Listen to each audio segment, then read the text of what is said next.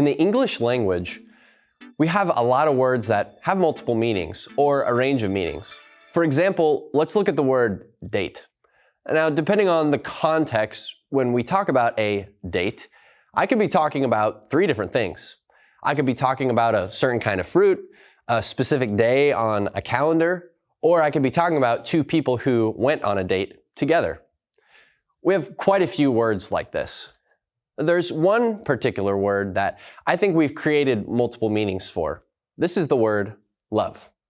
Hi, I'm Justus Coppinger, your spiritual fitness coach, and today I want to look at how Jesus shows us what love is. We can say that we love all kinds of things. We love certain kinds of food, a song, a particular sports team, and a whole bunch of things like this. We can also say that we love our friends and family. The trick with this is when we're talking about how much we love our friends and family and how much we love a certain kind of pizza, we're not really talking about the same thing. Jesus calls us to love others, but because this word can range in meaning when we use it today, we need to understand what he's calling us to do. We see a clear picture of this in John chapter 13. Jesus is about to share a meal with his disciples and does something incredibly selfless. John 13 verses 4 and 5 says, "So he got up from the table, took off his robe, wrapped a towel around his waist, and poured water into a basin. Then he began to wash the disciples' feet, drying them with the towel he had around him." Now, this may not seem super significant at first, but what Jesus is doing here is incredibly radical. You see, in the ancient Jewish culture in the New Testament, washing someone's feet was the job of servants.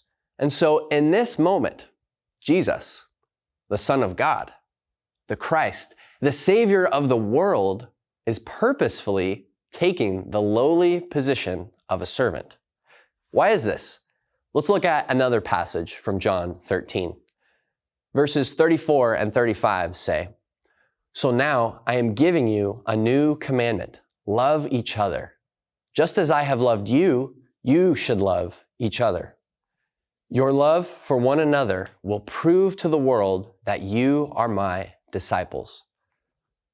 While love can mean a lot of different things in our culture today, Jesus began by first setting the example of what love looks like, and he makes a very clear distinction of what love means as a follower of Jesus.